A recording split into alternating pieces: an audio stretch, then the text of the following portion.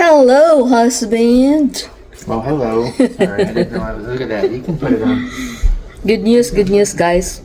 Yan, nabalik na yung aming bucket sa aming rice cooker. And not only that, pinadalhan pa kami ng biko. Woo. And spaghetti. So, ang gagawin namin ngayon ay kakain kami before kami magtatrabaho sa labas because may deadline kami sa labas. Dapat matapos na yung front garden namin. Already clean. Ha? It's already clean. Oh. So, ano na ni Habi? Microwave. Tapos kakain kami and then we'll go outside and plant. At malapit na ang aming deadline para sa aming front yard. So, kailangan magtanim. Magtanim ay di bero. Frost kagabi. Did we have frost last night, Bard? Yeah, so hindi pa matanim. Pero I think hindi na masyadong malamig ngayon papunta ng summer. So, kailangan na naming magtanim. Ito po yung mga bulbs na binili ko. So, tinatawag itong Puny.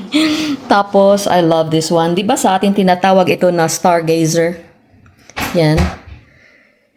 So, ito yung itatanim ko sa front and probably this coming Saturday ay kukunin na namin yung mga plants na nabili namin last year. Dahil, imagine sabi nila 3,000 worth of plants yung dapat naming itanim sa front.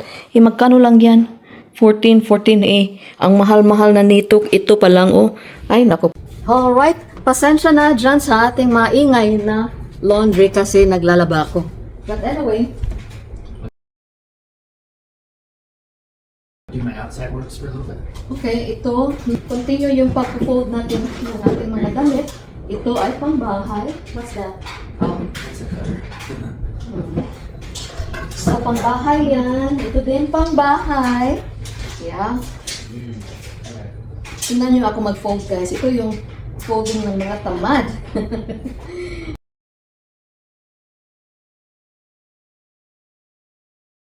So, pangbahay yan. Tapos, ito din. This is Corey's short. Tapos, palagi kong ginagamit kasi it's very cozy and comfortable para sa akin. So, ako na gumagamit. Sabi niya, but ikaw na lang gumagamit sa lahat ng mga t-shirt ko, ng mga blah ko. Ay, ganun talaga ang buhay mag-asawa. Ito, I think this is Corey's. This one, I think my sister gave this to me. Tapos, parking na yan. Kasi, hindi na mainit.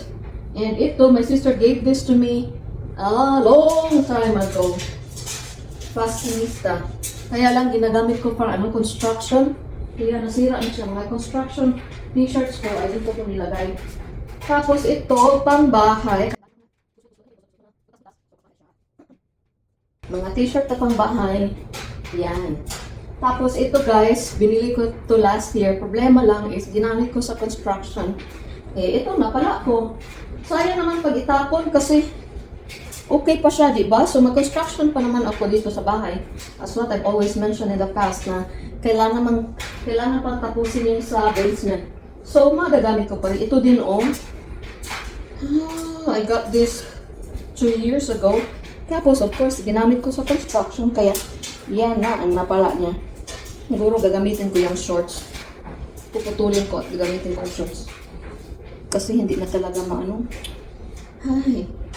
Minsan kasi, kahit na naka-dress up ako, hindi ko mapigilan. Pagpunta ko ng mga construction site, hindi ko mapigilan ang sarili ko, kaya nagtatrabaho pa rin ako kahit wala akong damit. Tapos ito, this is my favorite pants. Problema lang, splash siya ng, ewan ko kung anong na-splash dito. May ano siya, may mga marks. Kaya, but still my favorite kasi very cozy. Yung ano siya ba? Malaking lapad. Ito, I wouldn't be this one anymore. So, ipamigay ko ito. Padala ko sa Philippines. Yan. Tapos, ilagay ko yan sa balloon box. Excuse me.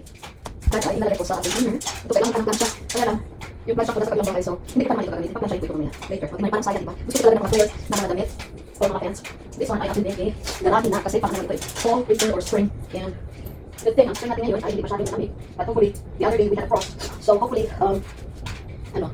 hopefully wala nang malamig. Tapos punta naman tayo sa mainit. Tapos yung mainit na naman. Oh my God, and after that, lalamig na naman kaya ang dami nakakapit dito. Init, lamig. Ito parang February ata. I'm gonna ask him if this is this. If not, ulit, ko din. Yan. Ang bigat. Anyway. Alright, punta tayo sa aming master bedroom. Tapos, atin lang itong i-situate. John.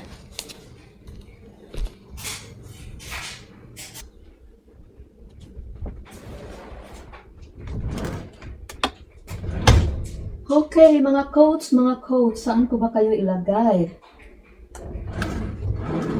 Dito pala. Okay. Dito kayo. And we'll see you next year. God willing, pag hindi pa siya babalik. This one is going to be my niece and my nieces. So, ay ilagay ko lang muna ito dito. Ito din. Bigay ko sa kanya. Oh. Diba ang nice? Tapos, this one is mine. So, long sleeves siya. So, pang malamig. And then this one is my painting apron. So, lagay ko lang siya dyan. Ito pang lamig. Yan. At ito ay aking dapat sa pajamas. Sa jammies ito. Yan. Wait. Okay. Now, punta tayo sa labas at magtatanim. Alright, itong pink peonies natin, yan, ay itanim ko dyan. Yan. Itanim ko dyan kasi gusto ko sana dito. Ito. Kaya lang, may mga shrubs kami na binili last year na hindi pa namin nakuha.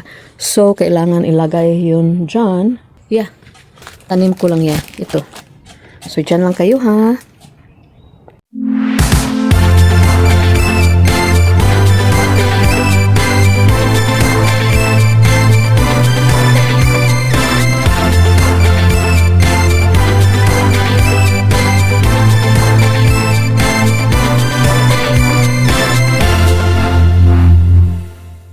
So, ilagay lang natin ito.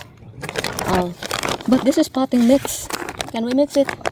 Potting mix para ito sa mga pots. O di bali na. Atin lang itong i-mix sa kanyang paglalagyan. Tapos i-cover natin. Ito lang pala yung hitsura niya. So 1 inch lang daw.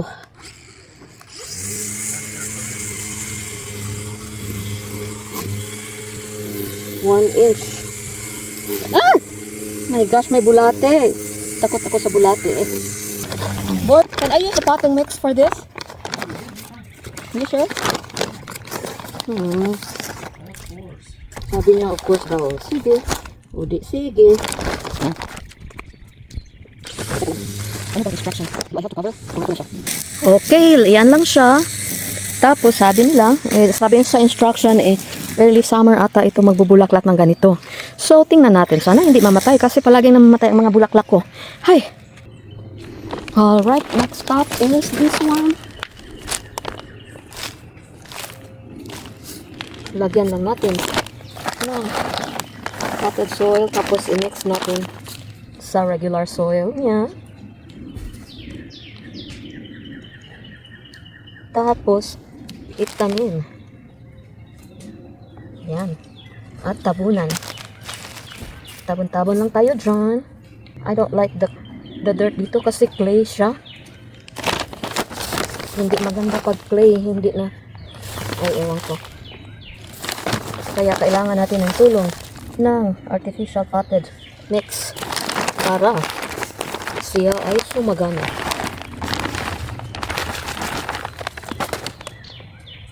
Pakita lang natin yung top.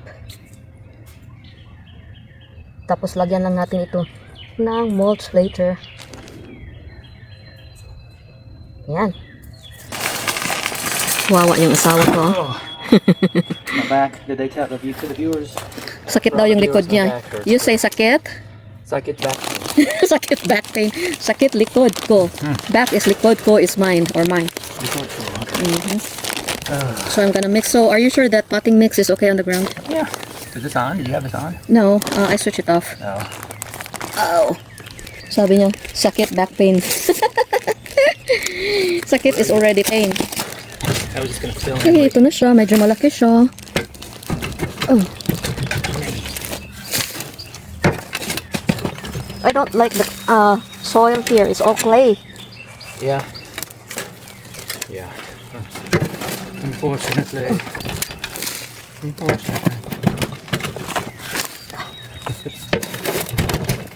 Oh, it's already sprouting. Look. What is it?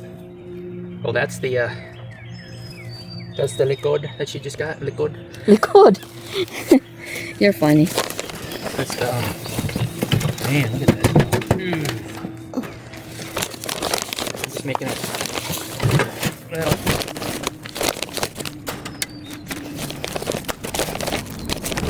Going to. You need to properly situate yourself, mister. What do you mean? Good work down here. Huh? Good work down here. Oh, gosh. So tired. There.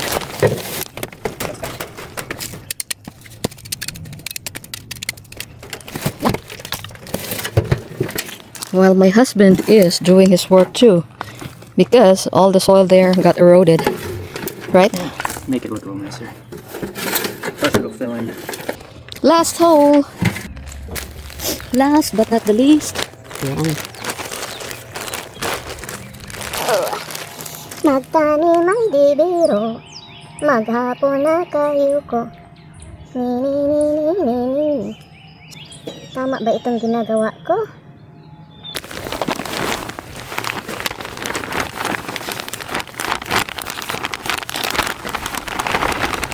Yan.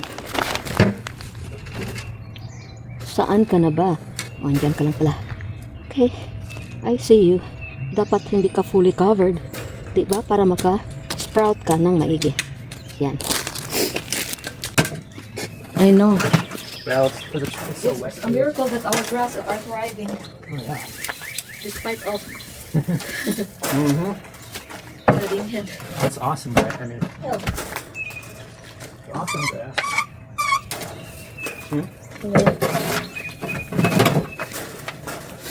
Tell the guy that the grass is really good. Yeah, I think the stem needs to the same. So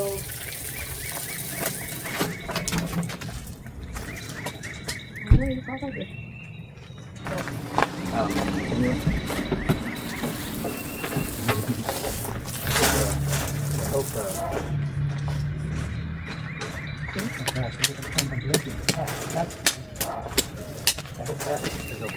Yeah. Yeah.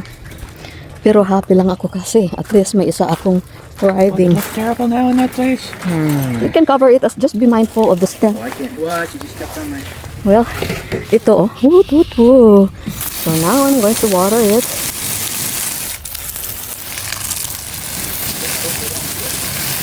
Tapos, kailangan kong tanggalin yung mga branches niya para doon lang sa taas yung may leaves. Ayan. Magwa-water din tayo doon.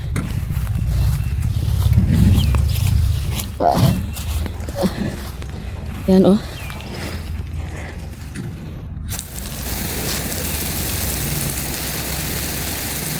Moms ko, I think they're done. I think our moms are done. Normally, ano siya, babalik yan pag fall. But then, it looks like it's all brown now. At least itong mga... What do you call these plants again, Lord? That one? Lilac. There you go. Yeah. And they smell so good. Yan. Tapos doon din, nabuhay din. So, thank you Lord, yung mga roses ko na pinaka-alaga ko ay namatay. Ay, oh well. What can we do? Tapos, bisitahin natin si Miss Rose of Sharon. Kasi itong si Miss Rose of Sharon ay parang namatay siya last year. Oh! Yan. Last year, nagiging brown siya. Who knows, yung roses ko ay may pag-asa pa. I don't know. Oh, tingnan nyo, oh, nag-sprout siya. Napaka-brown ito last December. Kala ko mamamatay siya. Yun pala, hindi.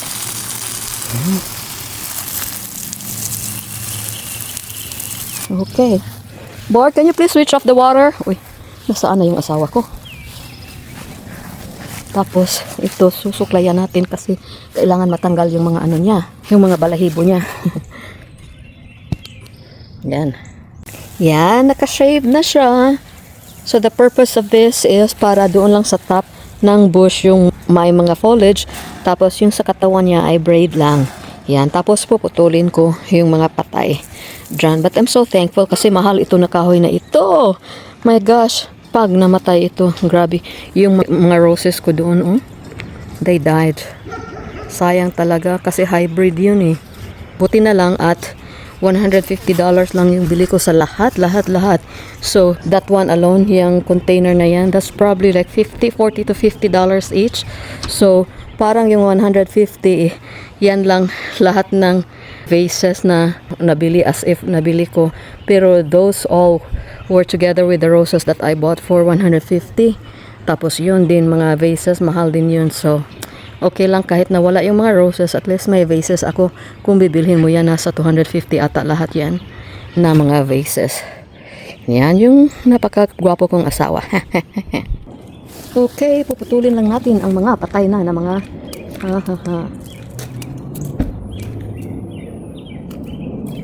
Tama ba itong ginagawa ko? Baka magalit siya at pinutol ko siya. Is it okay to cut this, Bart?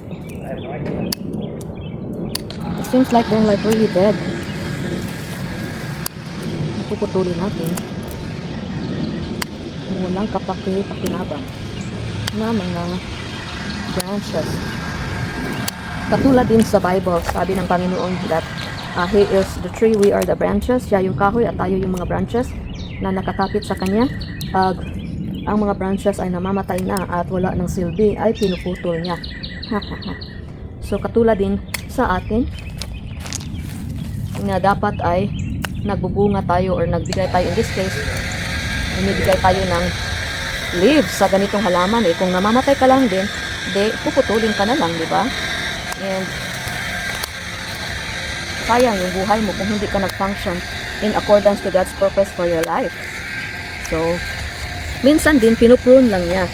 Ang pruning is different kasi yung pruning ay ganito na kinukuha lang yung mga edges na mamatay. And katulad din sa atin, pag ako yung kahoy na ito ay iiyak talaga. Aray, ang sakit yung pinutol mo yung ano ko, galamay ko. Ganun talaga kasi pag putulin mo by pruning yung ano mo, yung purpose mo ay the more siya na magbubulaklak. Katulad din sa atin, tayo may plano ang Panginoon sa atin. Tapos pag ang mga ugali natin na hindi kaya-aya, minsan magpadala ang Panginoon ng mga problema sa buhay, mga sakuna, para maputol yung ating mga hindi kaaya-ayang mga ugali. By then, we would learn na, okay, hindi pala maganda yung ugali ko, so I need to change para hindi na ako disiplinahin ng ating Panginoon. So yan, di ba? Medyo gumanda-ganda na siya ng kaunti. Yan. Okay, so hopefully wala na tayong freeze. Otherwise, kung may freeze pa tayo, mamamatay na naman itong mga leaves niya, pero babalik din naman yan. Are you ready to go? Yeah. So with the trash there, those can be the lilies. We can plant them later. Huh? The lilies, maybe I can plant them tomorrow. Thank you. Okay, I'll put them inside. Yes, please. So with the scissors, but I'm gonna go inside. Okay. Come on. Ito ang munti naming tahanan na iwan ko kung kailan kami transfer dito. Sabi ko sa asawa ko kasi na-overwhelmed yung asawa ko, guys. Grabe yung overwhelmed niya kasi yung taxes namin ngayon ay napakalaki. Tapos kasi 2 bahay yung binabayaran namin. Sabi niya, nakakaano naman pala ito, nakaka-overwhelmed itong mga daming mga taxes. So parang naano siya ba, alam niya naman yung asawa ko napaka-kuripot. Tapos nataranta talaga siya pag pera na yung pinag-uusapan. Sa kaka-complain niya, sabi ko, di ibinta na lang natin ito para hindi ka na magproblema ng pera. Tapos yung nagasta nating pera, yung nautang mo sa yung bank account, ay ating mabayaran lahat. Tapos makapag-invest pa tayo ng another property. Ayaw niyang ibinta ito kasi gusto daw niya yung location. O di, wag kang mag-complain dyan. Siyempre, yung pera It takes money to create money, right? Ang hirap talaga magtagalog. Alangan naman yung pera appear lang from nowhere, di ba? Dapat pag-igihan mo, pagtrabahoan mo, or pag-utangan mo para ma-enroll mo at magka-profit ka. So, ganun yung istorya. Ayaw niya talaga, guys. Sabi niya, ang taas na magkautang na naman tayo nito, blah, blah, blah, blah. Ganun talaga ang buhay. Palaging may utang. Yan. Yan yung bahay namin.